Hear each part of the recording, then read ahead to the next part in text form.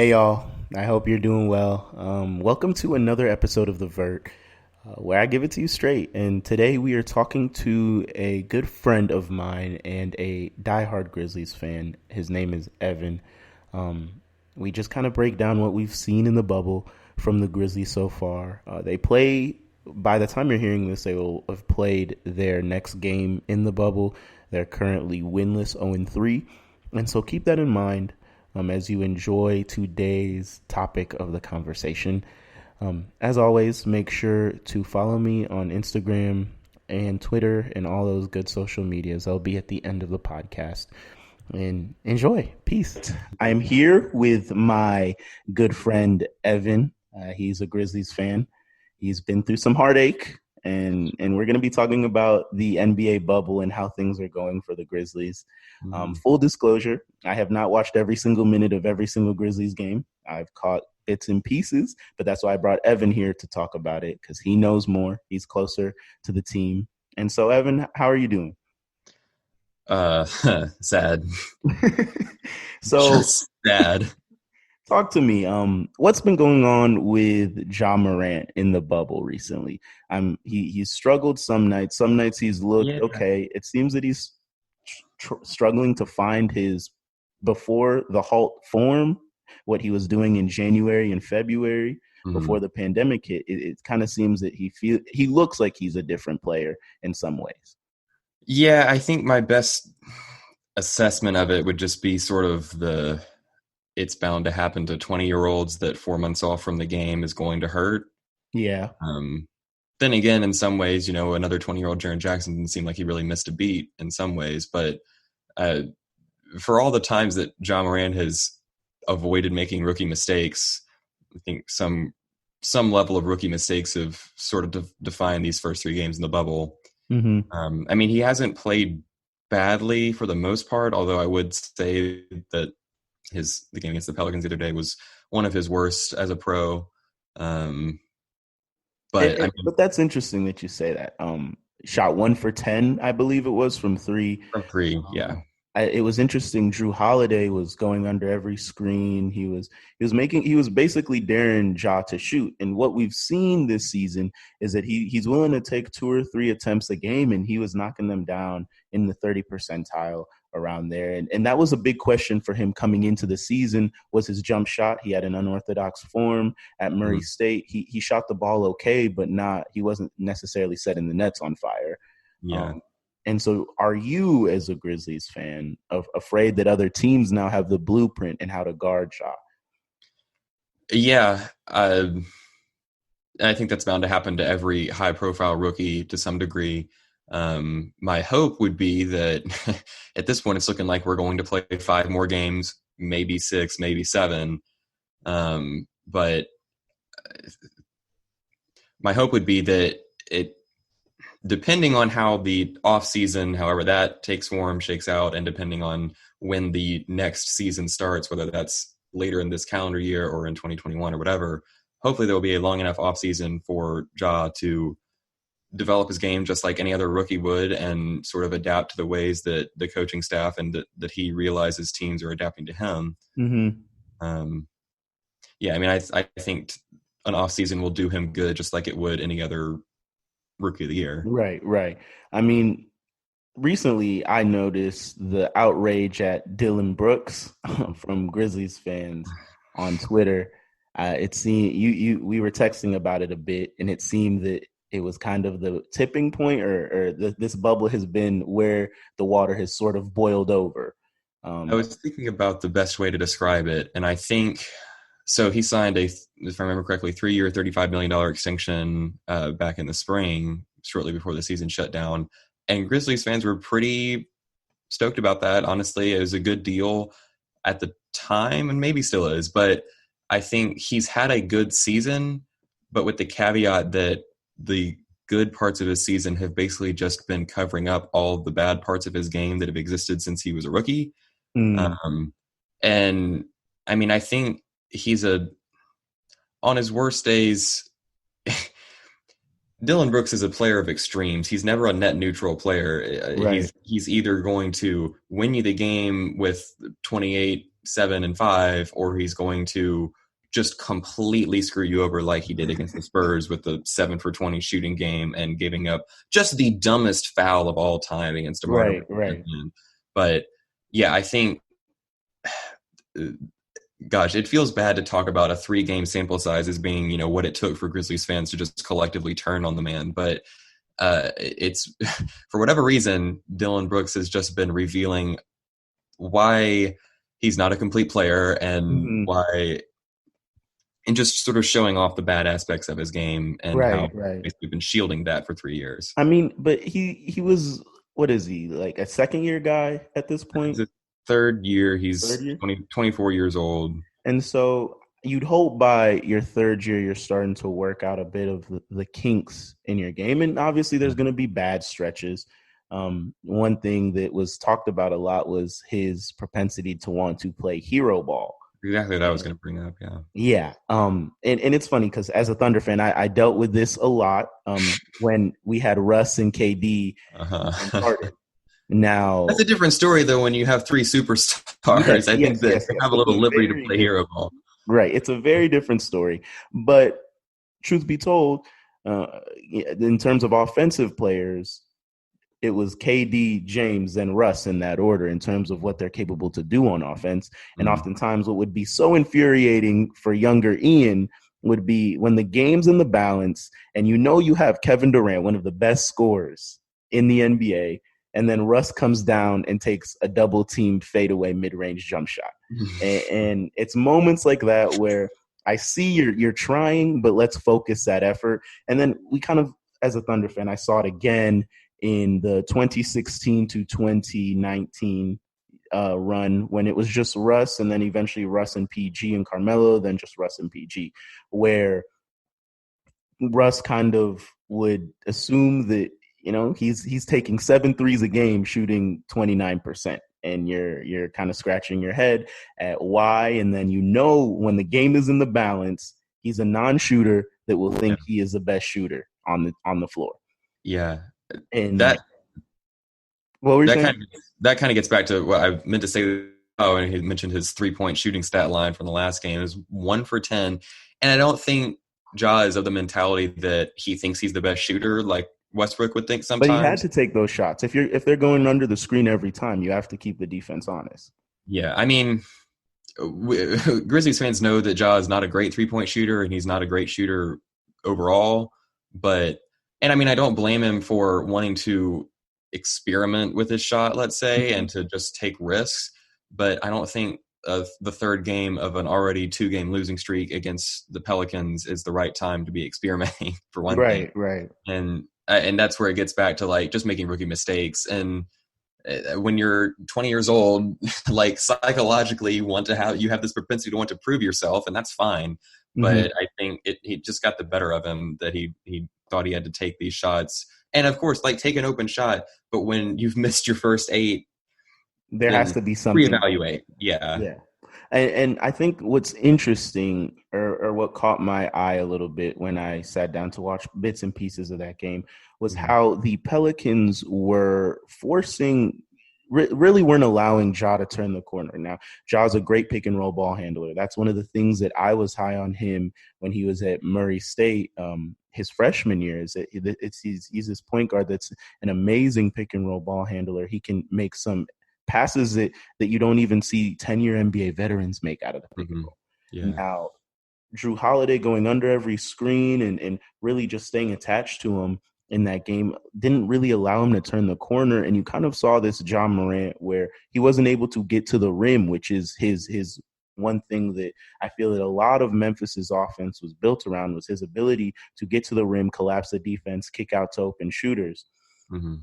Now, with that in mind, if Ja kind of gives me shades of early Derrick Rose in that way, is it saw You would I'm hope. not hoping that he gets hurt. I pray Ja doesn't get hurt. I think Yeah. the NBA needs a guy like Ja. Mhm. Um, but you see this guy that is willing to attack the basket relentlessly. His game is predicated on turning the corner and out speeding and out jumping guys to getting to his spots. But early Derrick Rose struggled with his jump shot mightily. I mean, mightily. Like one game he couldn't miss, and then the next game he's 0 for 8, 0 for 9 from three. And so I think that going forward in the bubble, I'm worried about a playing game that's 99% going to happen now. Because especially if you have to play a team like Portland that has guys like Dame, CJ, and we saw what Carmelo could do in the clutch last night. A team as young as Memphis with a point guard that kind of, once you stop him getting to the rim, becomes not a net negative, but a net neutral on offense. He almost becomes just a ball mover.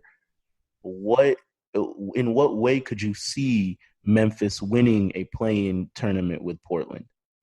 To answer that question, it would be getting lucky. I mean, because the ideal scenario for Grizzlies playoff hopes is that we maintain the 8 seed and we only have to win once, which still wouldn't be easy given latest developments with Jaren Jackson, but could possibly work out. But I mean, at this point, and obviously I don't want to jump the gun and just be all hot takey because it's still another hour and a half before we see Grizzlies basketball sans Jaren Jackson. But I mean, as soon as Grizzlies fans saw the news yesterday that Jaren tore his meniscus, we just kind of collectively gave up. And yeah, I mean, look, we never thought that we could beat the Lakers in a 7-game playoff series. We thought maybe we could steal a game, maybe 2, if we were just fantastic. But we also didn't want to miss the playoffs. But at this point, the way good teams are constructed, not that the Grizzlies are among the NBA's elite or anything, but the way good teams are constructed, if you lose your number 2 player, you lose everything. I mean, the whole fabric of the Grizzlies offense falls apart when you don't have Jaren to space the floor and to pick and to just move around the way that he does. But yeah, I agree that if we do find ourselves in a playoff game and it's looking decreasingly likely that we will even be able to contest as a 9 seed, right? But if we are in a play-in game, I would not really pick us to win, even if we the 8 seed. I mean, if by some miracle the Suns continue this hot streak and they're the 9 seed, then maybe it's a different story. But then again, if the Suns continue a hot streak, then who's to say they aren't going to beat the Grizzlies 2 games in a row? So I think that for the Suns, I thought the Suns were going to be in the Washington Wizards mold of bubble teams, the dead on arrival. You're in the elite Indiana Pacers mold, actually. TJ Warren or LeBron James, I can't tell the difference. But that's another interesting thing is how bad LeBron has played in the bubble. But that's a whole topic for another day. I can't stand the Lakers, but that's well documented. With Portland, my question is this. Do you think Memphis this year was a surprise, and that can be that it was a great surprise. A lot of people picked Memphis to be right back in the lottery, even with Ja playing great. It was you guys were a 500 team at the start of the year. Then you went on that stretch where you went like 15-5 or something like that. And then near the NBA restart, things started to level out again in water. And granted, it was because you guys started playing a tougher portion of your schedule. Right. Now, do you think that if Portland was healthy, Memphis would even be an 8 seed overall? Like, yes, we could always play the shoulda, coulda, wouldas, but I think that this year, this was like a year too early in terms of your schedule. You know? And then if Portland had Nurkic and Zach Collins all season, they probably would have been more in the mix than Memphis would have been. And coming into the bubble, say if Portland was healthy all year, you guys would have been in a Suns position or a Pelicans position where it's like this team is young and really good and has a shot, but they're not expected to be the AC. Yeah. Yes, obviously if the Blazers had had both of their big guys other than Whiteside for the whole season, then it would have been a much better scenario for them. I also would point out that, I mean, the Grizzlies had lost Jaren Jackson to, I think, a knee sprain, some minor knee injury shortly before the shutdown. And Brandon Clark as well, I think, injured his quad or his hamstring. And, of course, Grayson Allen was out. Justice Winslow had been acquired but wasn't ready to play. Obviously, that didn't work out. But, I mean, the Grizzlies, for a team that had been pretty healthy and lucky with injuries for most of the year, was about to take a super big downturn in terms of injury luck before the shutdown. So we did get lucky in that respect.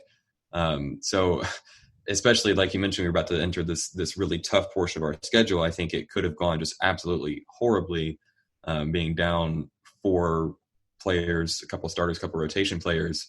Mm-hmm. And then Portland would have picked up their momentum again, getting Nurkic and Collins back.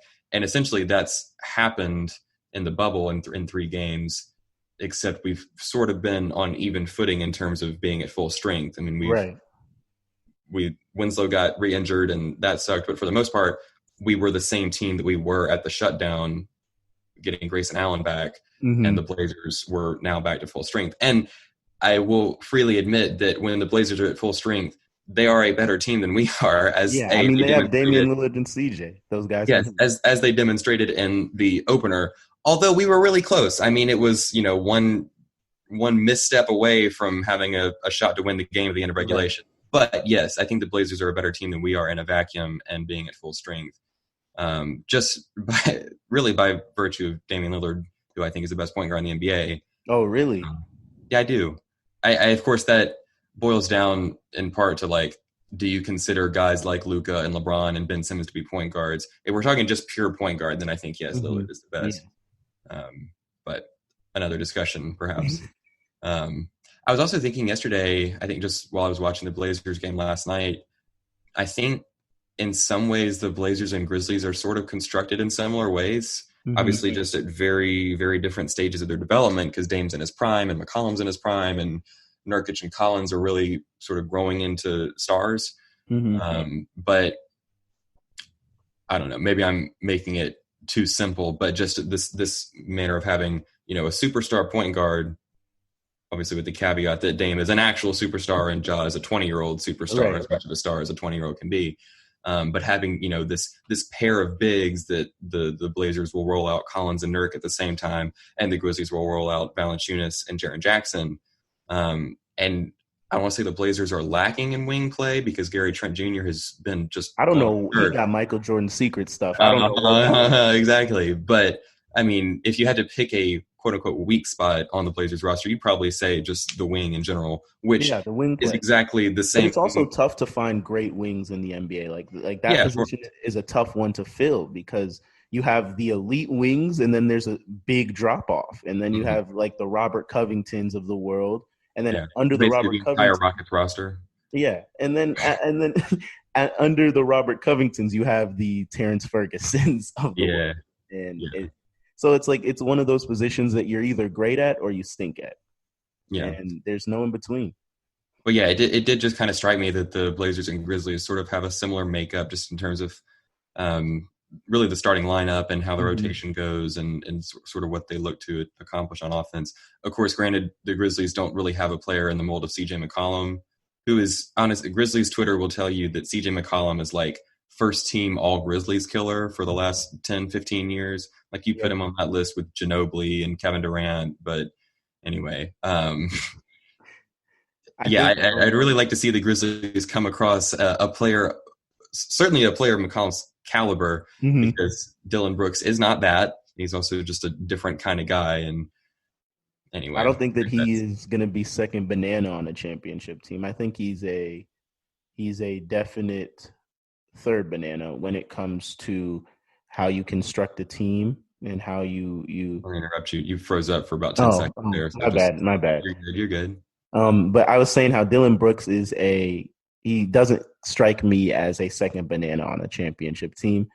Not even close. And I don't. Ja doesn't strike me as a first banana on a championship team either. He strikes me as a guy that is gonna on a championship level team. He's gonna be the second offensive option. I think the Grizzlies are one piece away from being real contenders in this, and I think that piece would be whether it comes in the draft or free agency. I don't know how likely free agency is for Memphis, but you need coming down the stretch. The biggest thing you need, if I'm thinking of the Grizzlies, is a go-to scorer, a guy that just gets buckets,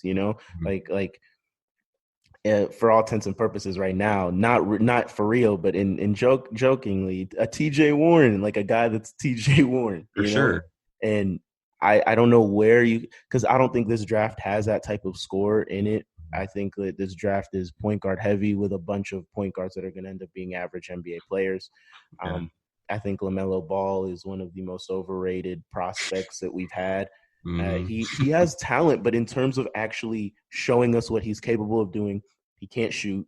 He's a okay rebounder. He's a terrible finisher at the rim. Hey, he Um, dropped 92 one time. uh, yeah, he stood at half court half the game, and so like I'm not high on Lamelo. I'm not high on Cole Anthony. He was inefficient at UNC. The Mhm. only guy I'm really high on is Anthony Edwards. I love his Edwards game. is good. I love his game. But again, the Grizzlies have been too good to get any of those guys. Period. And so if you miss the playoffs now, you're going to be picking it like 13 and 14 if you I have. mean, because I looked at Tankathon the other day. Well, yesterday when I saw that Jaren got hurt, I was like, well, hello, darkness, my old friend. And I pulled up Tankathon. And I was reminded that the lottery odds will be based on regular season finish through March 11th. So Mm, at this point, let's assume the Grizzlies miss the playoffs. I think we'd had the 14th best lottery odds because we would have had by far the yeah, best record at 32 and yeah, 53 that's of tough. the teams in the lottery, which is just like, you know what? Let's just pull a 2008 Chicago Bulls and just jump all the way up there because why not? I think that But would take some NBA rigging things.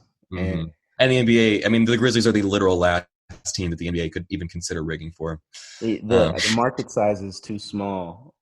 Yeah. But I'm interested in just who do you think that next piece could be for you guys? Well, yeah. Let me talk about your point about a championship team because, well, perhaps naively, I do think at some point in this Grizz Next Gen era, as we call it, we will be championship contenders at some point. I don't think a roster that has John Morant and Jaren Jackson will just go its entire span without at least having a few chances to make some conference finals or the finals. Mm-hmm.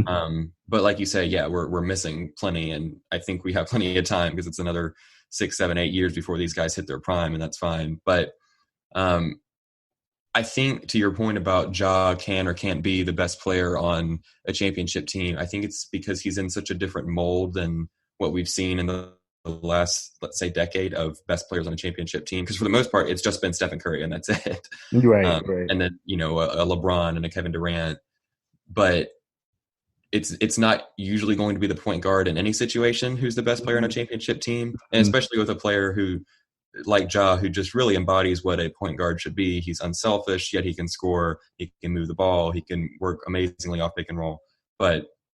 And I also don't really know if Jaren Jackson can be the best player on a championship team. I don't think so, but if he buds into a Kevin Garnett type of player, then maybe we'll see. But yeah, I mean, I think we do need a wing, and any Grizzlies fan will tell you that we've needed a wing since we moved to Memphis. And I mean, I've been a Grizzlies fan, I guess, since I was like 8, 9, let's say. So for the past 10 or 11 years, and we've never had a good wing. I mean, we had some Rudy Gay years in there when he was like a scorer, but we were also winning 25 games each of those seasons. Right, right. Wasn't Um, OJ Mayo on the Grizzlies? oh yeah, OJ Mayo was a killer some of those years. He was sort of that sort of like a Dennis Schroeder type of guy. He was I don't know if he ever actually came close to winning Six Man of the Year, but he was always that first guy off the Yeah, bench. He did right. all right, but yeah, I mean, I think that's sort of the looming question for the next, let's say, 4 or 5 years of the Grizzlies' future is where do we get that wing score? Is it Mm-hmm. we get crazy lucky and it turns out to be Anthony Edwards, or is it? And I think you're totally right to say that free agency is always just sort of like a fishy situation for Memphis because we're Memphis. But does the allure of wanting to play with John Morant change a couple minds? And I wonder because I have been impressed. Now when I say Ja can't be the best player on a championship team, it's not saying that like it's impossible. mhm, Um, like you said, it's just hardly ever the point guard. right, Aside from a guy like Steph Curry who yeah, changed the way just a basketball prolific is played, scorer, yeah. right? And so I was impressed with you. You brought up like LeBron and KD and these guys. I was impressed with Ja's ability to dictate the pace of the game at such a Oh young yeah, age. Like hmm oftentimes you see these young guys come into the league and the game dictates their pace, but Ja kind of came into the league and said like, no, I'm gonna play it at my pace, and that's something that you see, 5-year vets finally figure out. It took LeBron hmm 2 seasons to even figure that out, and hmm so it's like I was extremely impressed with that aspect of his game, and that maybe it's just that Ja is built different as a point guard, and he can Yeah. be that guy. But I think that for a championship team, there's a certain recipe that you have to have, especially in the modern day NBA. It's you need a dynamic point guard and you need a big wing that who's kind of positionless. You can play him Mhm. 2 through 5 almost, Yeah. and then you also need a playmaking big. Those are the three things that I think are definitely needed. Now, the Justice Winslow move you guys made really intrigued me because before he got hurt, Eric Spoelstra was playing him at point guard. And Hmm. so I was like, could Memphis then move Justice Winslow to point guard as well and give Ja more off the ball looks and let Ja play as a cutter coming off of off ball screens and headed downhill? And I'm interested I don't know whether he's playing in the bubble or not, but if that was an option in a game where Ja is struggling in being the primary ball handler, Justice Winslow succeeded at being a primary ball handler in Hmm. Miami. Imagine moving him to the point guard and allowing Ja to get off the ball because Ja's a great cutter, and that's one Yeah. his movement off the ball for a young player is amazing. And so that could maybe free things up. And it doesn't have to be all game, but to give Ja a couple different looks to get going. I thought that was interesting. And so I don't think Justice Winslow is going to be who we thought he was going to be coming out of college, nowhere near. Hmm. But I think that is a step in the right direction in terms of the types of players you want to acquire at that wing position. Yeah. I mean, I've been intrigued with seeing Ja play off ball because for the entire grit and grind era, Mike Conley never had a good backup point guard, and then Mm-hmm. we finally go and get what I would argue is one of the best backup point guards in the NBA, and Tyus Jones, and he's just been fantastic. He's the reason the Grizzlies have perhaps the best second unit in the NBA. But it's always been interesting to see the lineups that have Tyus running the point guard and Ja playing off ball, and those usually don't get more than just a few minutes a game. Mm-hmm. But like you say, I mean, Ja plays very well off ball, and I mean, even sometimes, I mean, these past 3 games, that's part of been the issue. I think I think it's bigger than just missing Tyus Jones, but not having him in there to manage the second unit and to give Ja a rest has Mm-hmm. really hurt us. But you know, whether it's DeAnthony Melton stepping in to run point guard, or if it's Dylan Brooks bringing the ball up the floor, or even Kyle Anderson, um, it Ja gets some off ball looks, and that's been interesting. Mm-hmm. I think obviously Grizzlies fans are nervous about what's going to happen with Justice Winslow, just because multiple injuries in a season doesn't bode well. But I guess it's just sort of, we have the sort of same hope that we have for Jaren, that however the next 12 months of NBA shake out, that he'll just have plenty of time to recover. And Right. yeah, I don't think Justice can fill that wing void and become the prolific wing scorer that we've always needed, but he will be a solid wing player. Yeah, I think he could definitely be a rotation player. He can be one of your top 10 guys on the roster. Yeah, for sure. He can be a And, 7th or 8th man, I think. and it'd still be a lot better than last season when you guys had Bruno Caboclo, the Brazilian Kevin Durant.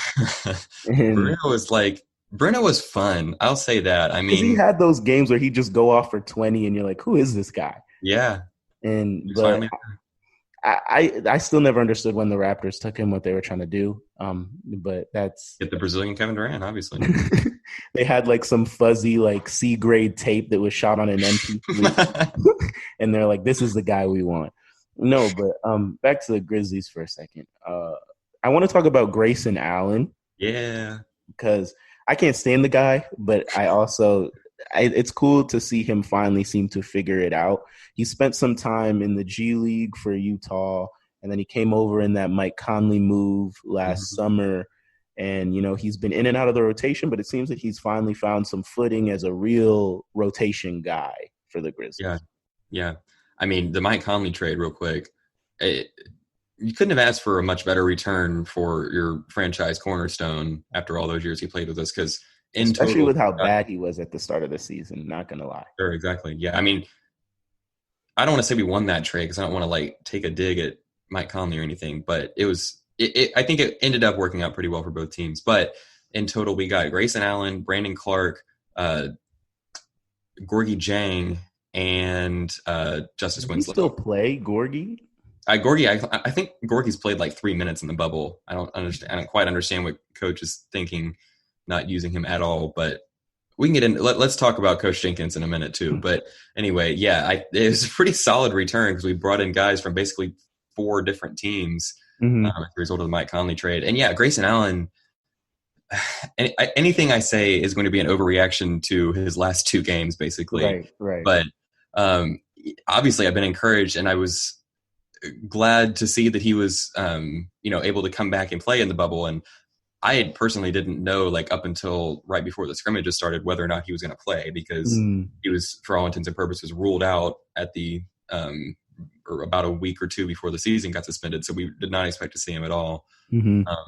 But it's refreshing to see that in these bubble games when Dylan Brooks has just been, for the most part, a massive disappointment, that we have another guy we can bring in and sort of fill that role and actually hit his 3-point shots. Right. So I've been really pleased with Grayson Allen. And like you say, I'm not going to say I can't stand the guy. I definitely couldn't stand him in college. He just kind of felt like the collective college basketball adversary when he was at Duke. But he really played into that, though, like the trick. Yeah, he did. And I thought it was interesting. They painted as like he's competitive, and I'm like, okay, but you don't have to trip your opponent if you want to win that bad. Yeah, but, I mean, I make it a point to bury the hatchet with guys I don't like in college, and I also make it a point to just try to like as many guys in college as I can, so I'm not, the hater or anything. But hating on some kids for no reason. It was interesting to have him come over from Utah, but I'm happy with it. I mean, yeah. I think he's been a solid return. And I think one of the questions, Grizzlies writer Chris Harrington is where I saw this, but he mentioned, the bubble games were going to be a test to see if Grayson Allen could stick or whether this was just sort of a trial run of a season for him. And that was definitely left unanswered leading up to the suspension of the season. But I think Grayson has proved that he can stick around on this team. We thought probably more like a 9th, 10th, 11th man, but he's been playing like a 6th or 7th man in the bubble. Right. I think his floor space, I'm surprised. I thought he was just going to be a guy that's a catch and shoot guy, but his shot creation ability has really caught me by surprise. And some of the stuff the stuff that he's doing off the bounce, I'm like, hold on, like, is this Grayson? And so I thought it was interesting to see him finally playing well after it's kind of been this question of if he's still going to be in the league for a long time. If he couldn't figure it out, I thought this would definitely be his last stop if he didn't figure it out in Memphis. And I guess part of me is happy for him. I'm happy for any guy that succeeds at something they really wanted to do in life.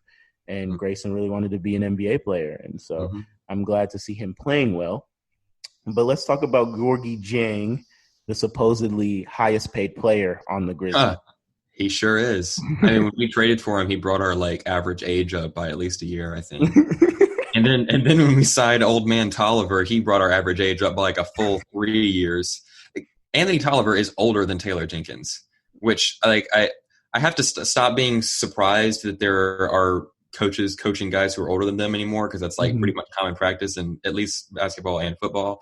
But it's interesting that he's about a month older than Coach Jenkins. I forgot Tolliver was still in the league until recently. And I was like, there's no way this guy is still around. Like, he was on the Lakers teams that won 12 games. He was on the Lakers?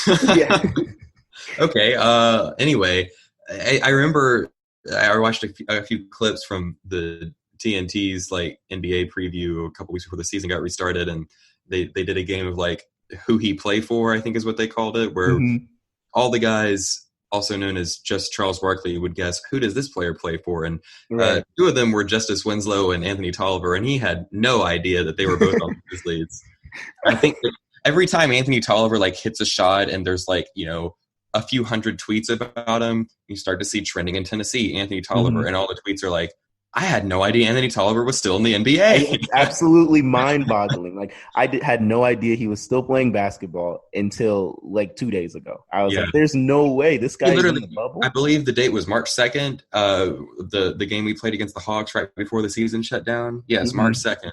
He signed that morning, then flew to Atlanta and played in the game that evening. He was like, "I'm ready." and he had the longest 10-day contract in NBA history because he signed it on March 8th. And the Grizzlies played their last game on March 10th. I mean, Wow. March 2nd to March 10th, so he had 8 days, Right. and then it was another 4.5 months. And so he was just living it up. He was So living it. that's one way to stick in the league. But Uh-huh. Gorgie Jang, he was interesting because I'm pretty sure he played in Minnesota for a little bit. Hmm. And that then there was some weird stuff about Kevin Garnett saying he had MVP capabilities. We know Kevin Garnett said the same thing about Thon Maker. So I'm starting to not trust whenever KG says stuff like that. But Hmm. he goes from this guy that's supposedly high potential to not playing on this Grizzlies team that I think could definitely use some front court help. Yeah, I mean, when we traded for him, we basically didn't have a backup center, and that was tricky because Jaren and Jonas Valanciunas would both start. Jonas at the 5, Jaren at the 4, and then the way the rotation worked out, it would just sort of be a combination of those two guys and Brandon Clark, because Mm-hmm. any of those guys can play the 5. Brandon can play small ball 5 pretty well, and Jaren at the 5 turns out to be pretty fun for a few minutes a game. But it was definitely exactly what we needed to bring in a veteran backup 5. And yeah, Gorgie's tricky because I couldn't tell you how many minutes he's logged as a Grizzly. It's a small sample size, whatever the number is, but he was like pretty important, I thought, in February and March, Mm-hmm. and then he just hasn't played in the bubble, Mm-hmm. and that's sort of getting into this. I have some questions about the way Jenkins is running the Well, what are rotation some of those because, questions?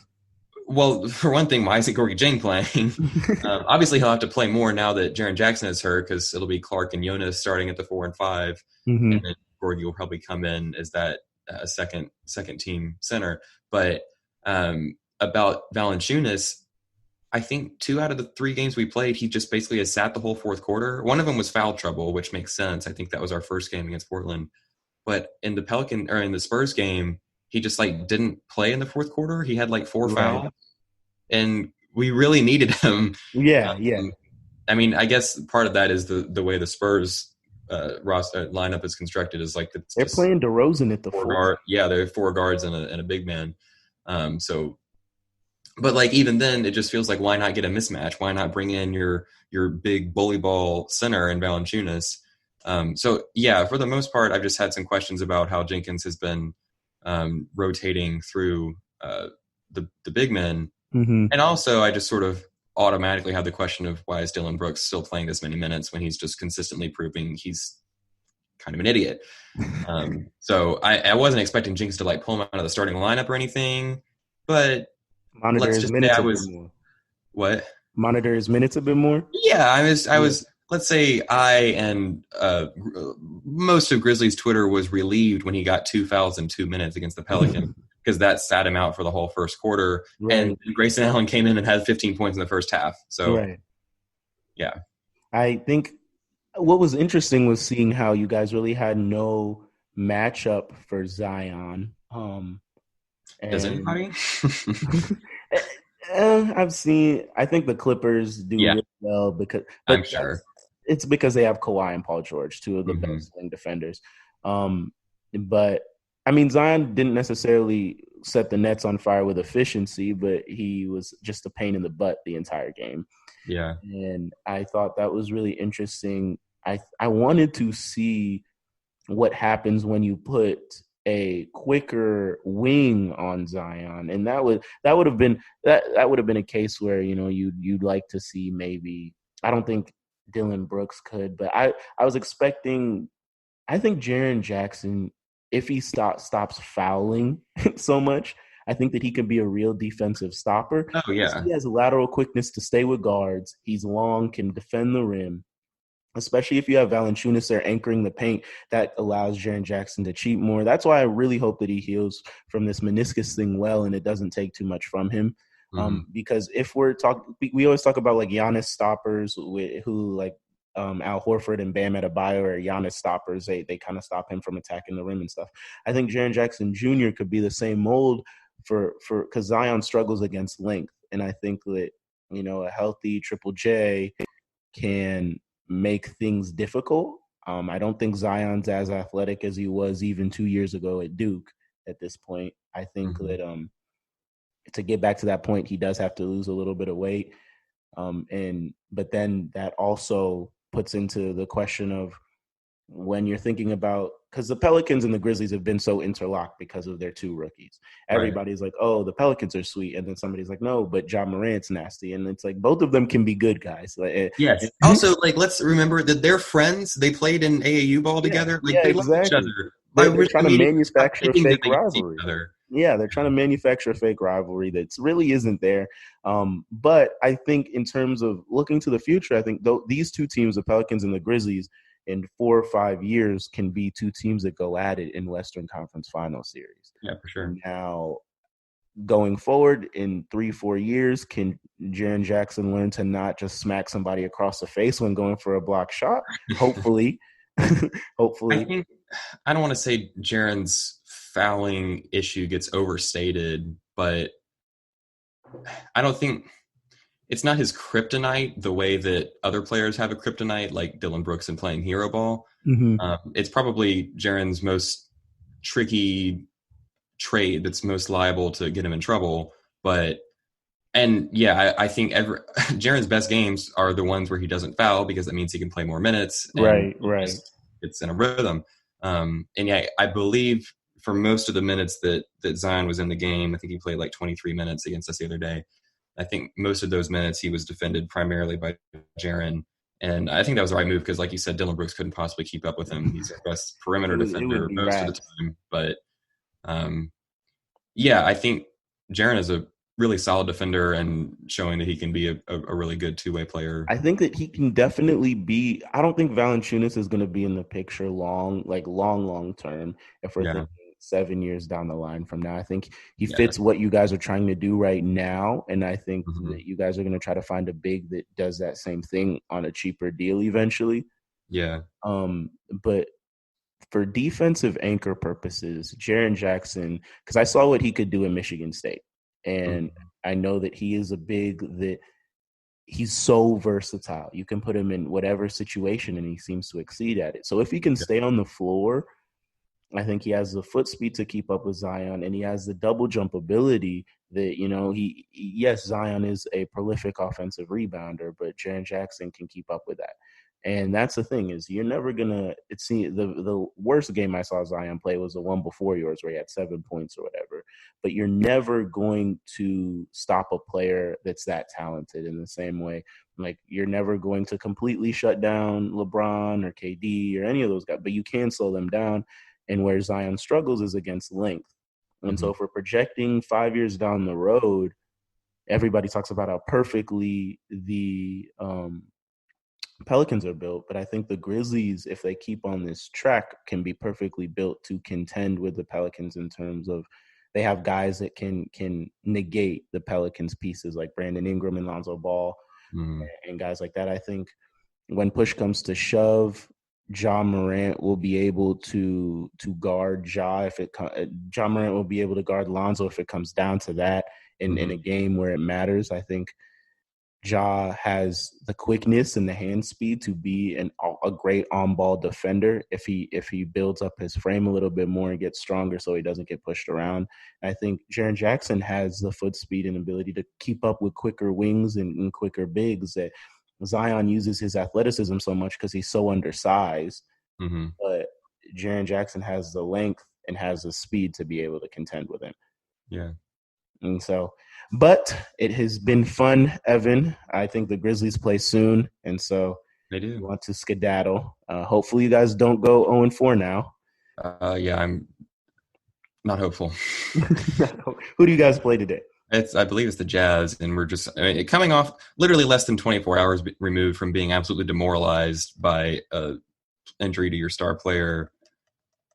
I don't know. Maybe it lights a fire under us, but the Jazz are like pretty much objectively the best team we will have played so far. Mm-hmm. So if we couldn't handle the Pelicans, choked against the Spurs, and came really close against the Blazers, I don't see a lot of Right, success against the Jazz. But right.